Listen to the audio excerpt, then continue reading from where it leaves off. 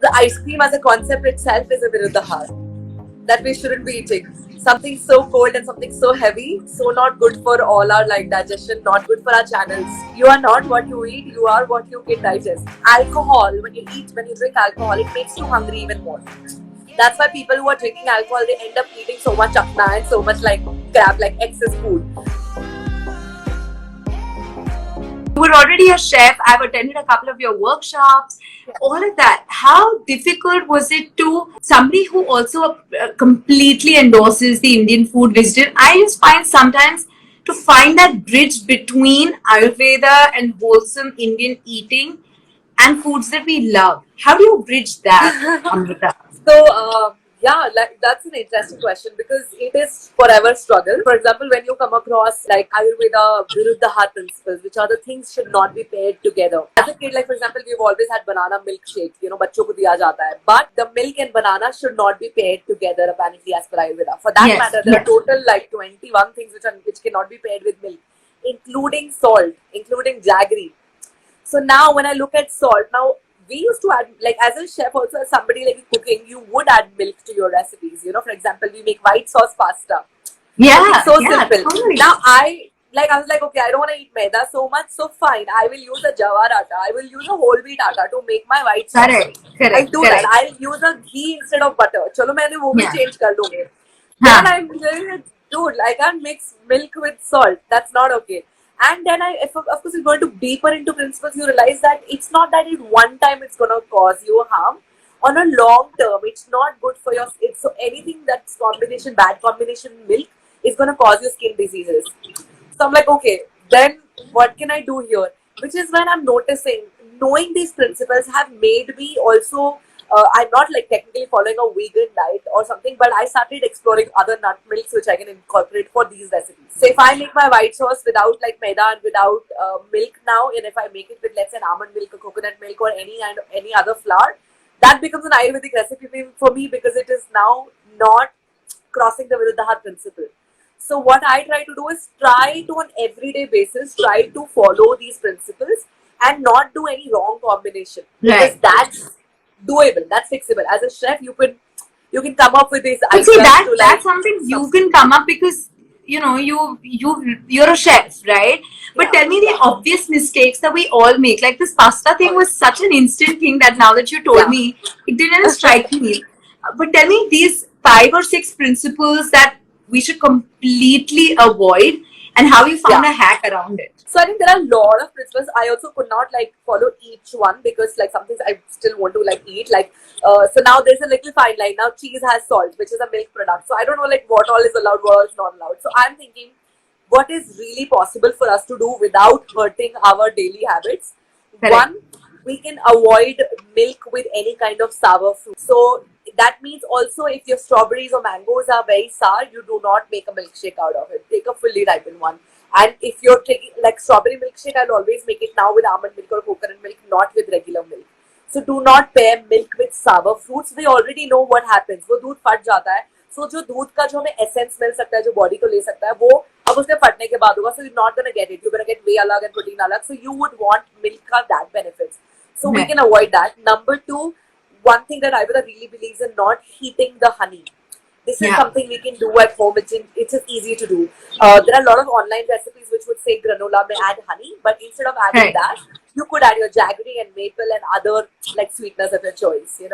Other than that, you can follow this principle of like meal gaps. That means do not overeat and do not undereat, and have your meal gaps at least more than 3 hours, but less than 6 hours. And of course, observe your body. What is it asking you? Because that's very important.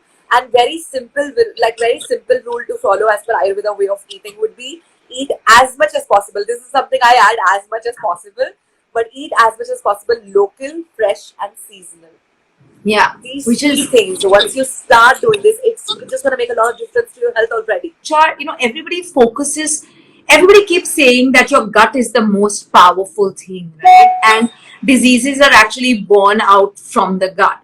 Tell me food healings, foods that you found great merit in, which are gut healing and recipes that you worked around from there. In terms of gut health, gut is but nothing but when we talk about the koshta, the intestinal tract, right? So different people will have a different koshta. For example, in Ayurveda also they have different body types governed by each element. So for example, people who are Vata body type, space and air, you would notice that they like there is a very like sometimes it's okay the digestion, sometimes it's too strong, sometimes it's not so strong. So the Agni is also called Visham Agni. That means it is a little irregular Agni. Right. Then you have Pitta people whose koshta is very like mrudu, it's soft koshta, and it is also their stomach is sensitive, and their Agni is also Tikshna Agni. They get hungry very easily. There's more Yeah. acidic, more HCl releasing. You notice the Kapha body type governed by earth and water elements. Now their koshta could be like a little harder, and for them you'd notice that it's a slow Agni, Manda Agni.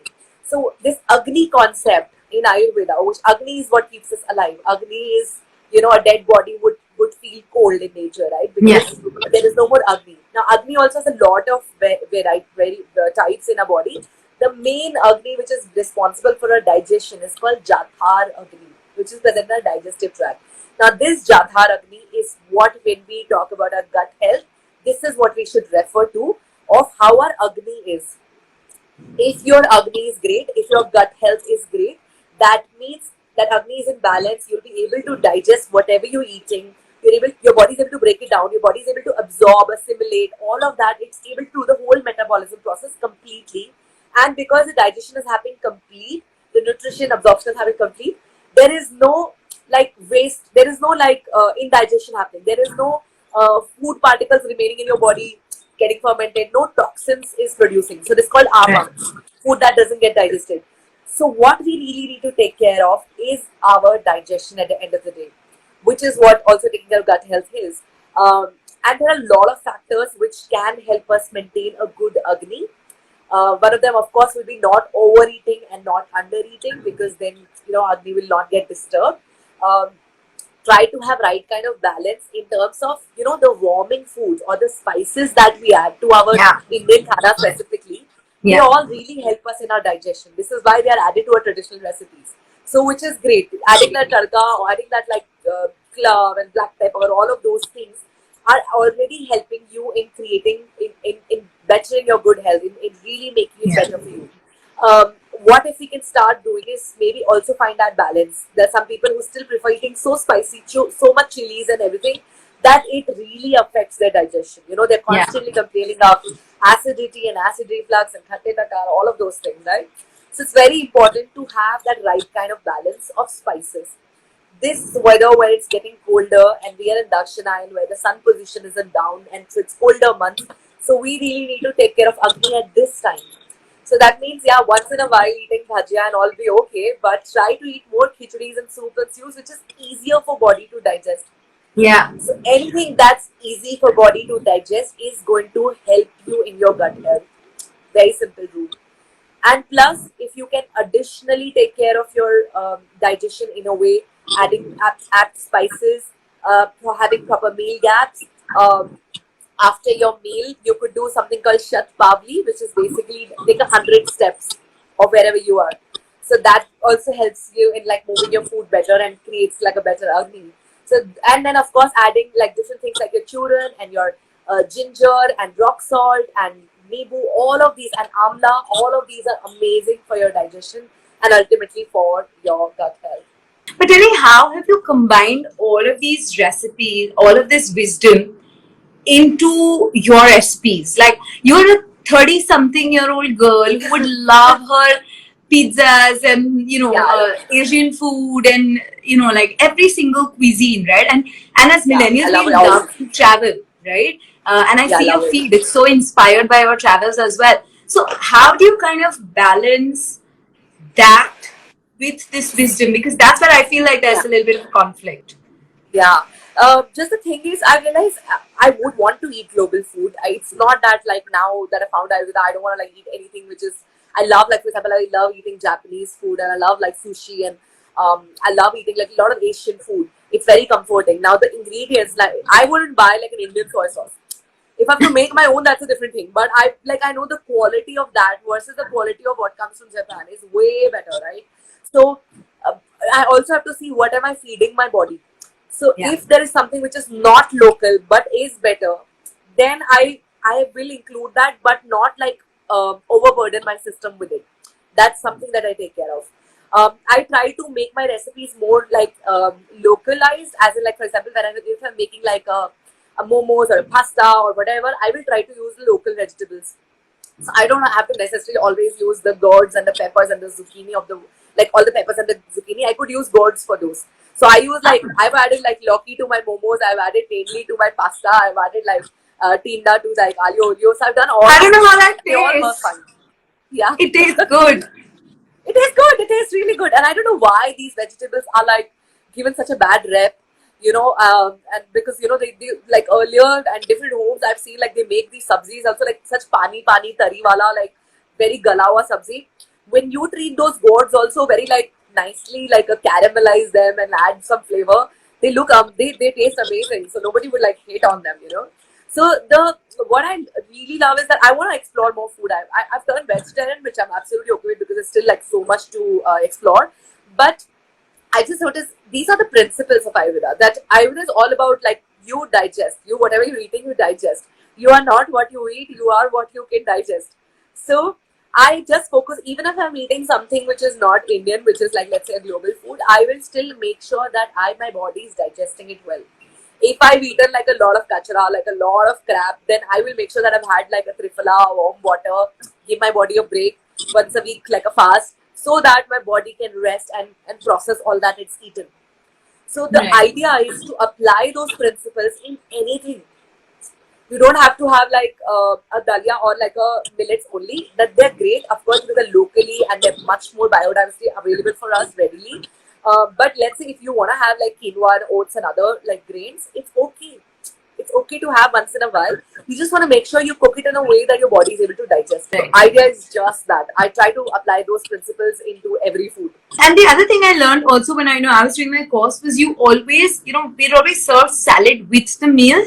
But salad is apparently supposed to be eaten half an hour before your meal because it again ignites the agni, right? The fire. Yeah. So the digestion is not the concept is but the salad the concept is different because now again each body type is different. Like a Vata people should actually avoid anything like raw foods. For them it doesn't do well. For Kapha people you'll have to see because if their metabolism is slower, then also it could be a problem. For Pitta people they love like eating. They get hungry every 2 hours. So for them like salad meals really kind of work. But yes, do not combine too much raw and too much cooked food together because the digesting time inside is different. As simple as that.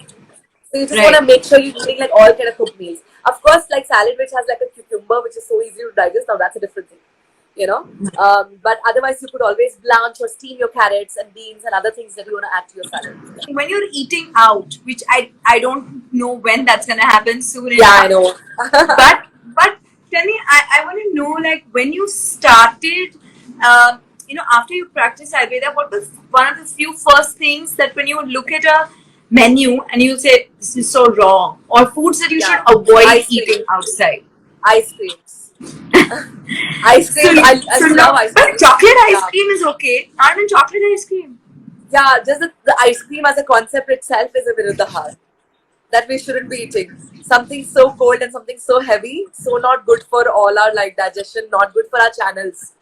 Any of our channels, everything it will block. Which is why ice creams itself becomes a viruddha. So this is something that I have taken like a kadwa good that okay, I should watch not eating ice creams.